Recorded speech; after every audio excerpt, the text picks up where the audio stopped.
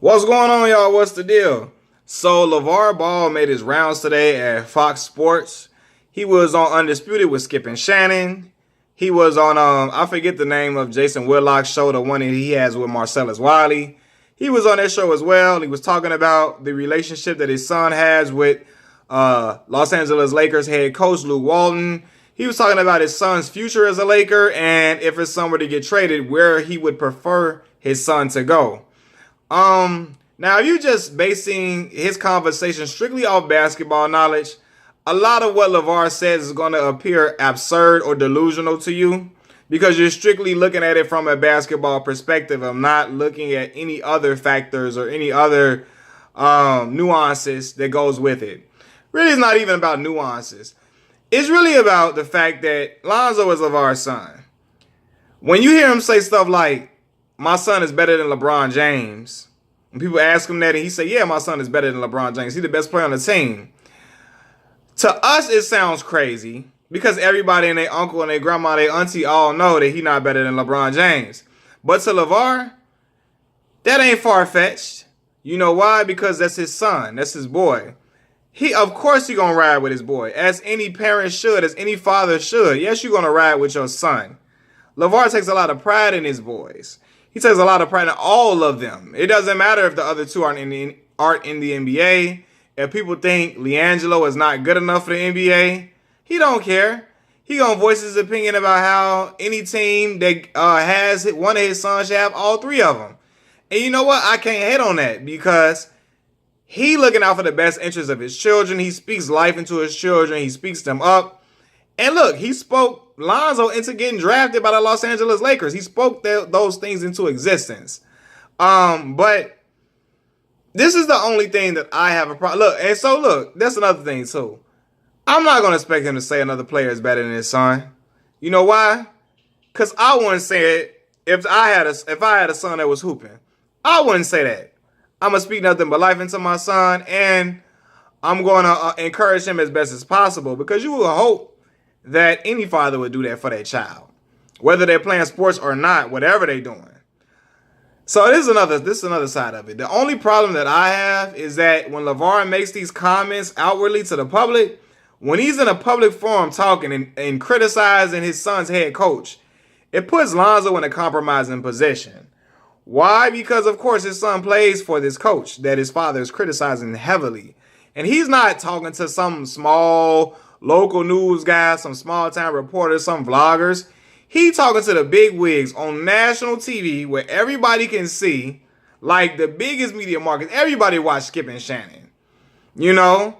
It's going to be talked about if he on Marcellus Wiley and them show. It's going to be aired. It's on Fox Sports News. So they going to talk about it. But this is the thing. I don't know why my camera keep doing that. Yeah, so this is the thing, though. It's going to be aired out. So Lonzo has to play through this and hope that Luke doesn't hold these things against him, which I don't think Luke will. I don't think Luke is that type of guy. But it just makes things uncomfortable. It makes things uncomfortable for Lonzo. And that's the one thing I wish LaVar would tone back on, his criticism of the coach. You don't like the coach, you can talk about it to somebody else. Don't be all in the news and the media talking about it because I think he want to speak it into existence that Luke is fired. Honestly, if the Lakers lose some more games, Luke probably might not make it through the year. He might not. He might make it through the year and be gone the next year. It all depends on how things roll out after this All-Star break. We got to see how things roll out. But, yeah, I don't know. It all depends. It depends on a lot of things. He might be gone before the year. Depends on how they play after the All-Star break. And then it depends on how they play. How they play the rest of the season if he'll be there next year. I just don't like him throwing the coach under the bus and saying things like his teammates don't play well when he ain't there. They ain't nothing. Basically, it's kind of the way he says certain things. It can kind of be looked at in a different way. And other people know, like, that's my pops. Your pops just crazy. He just talk a lot. But some other people might take offense to it. So that's the only thing I really worry about with LaVar and Lonzo. Other than that, I have no problems with LaVar. I think LaVar has a ruling class mentality.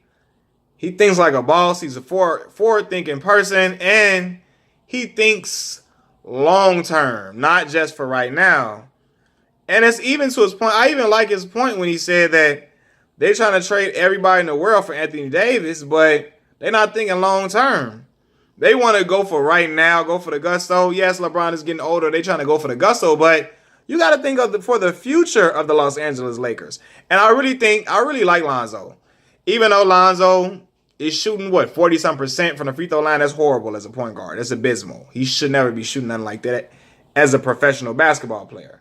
He has to fix that.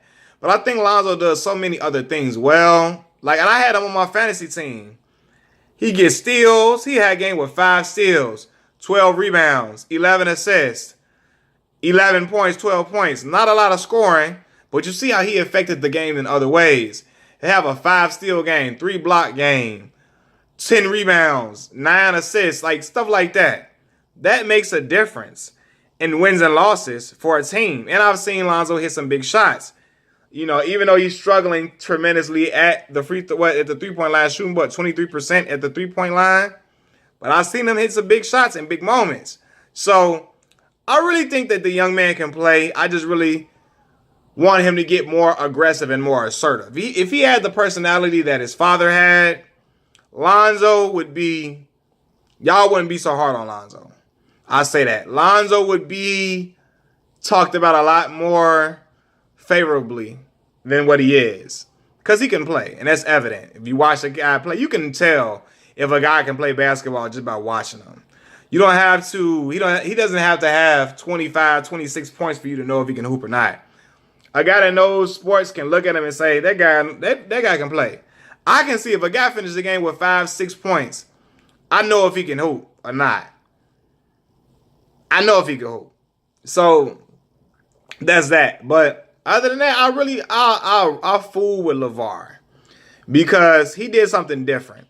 He didn't take his son and have his son sign with Nike, Adidas, all Under Armour, all the rest of the young guys coming out the draft do, and have those agencies paying him and getting a share of the money.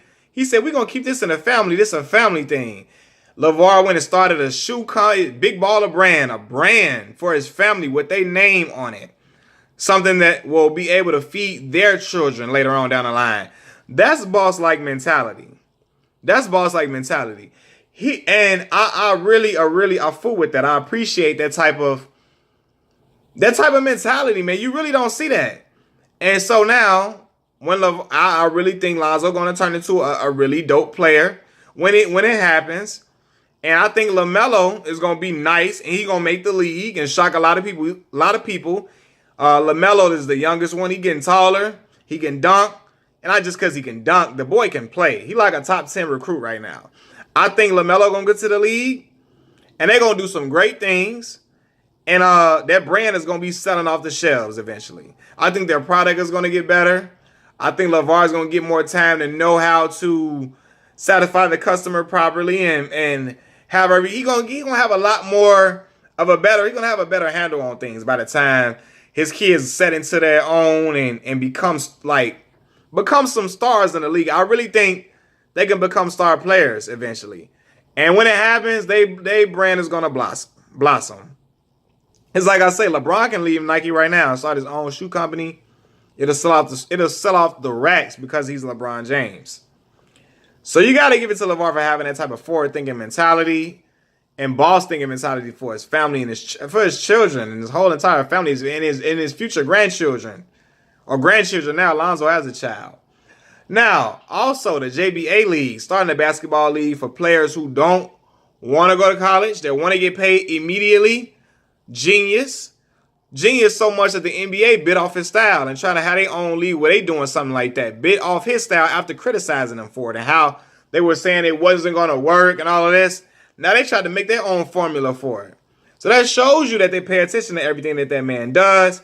And it shows you that he's on a higher plane of thinking on a certain level. I know y'all think he's a clown and he's foolish for the things that he says and he's goes over the top, but it's a lot of good messages under all of that, bravado that he has.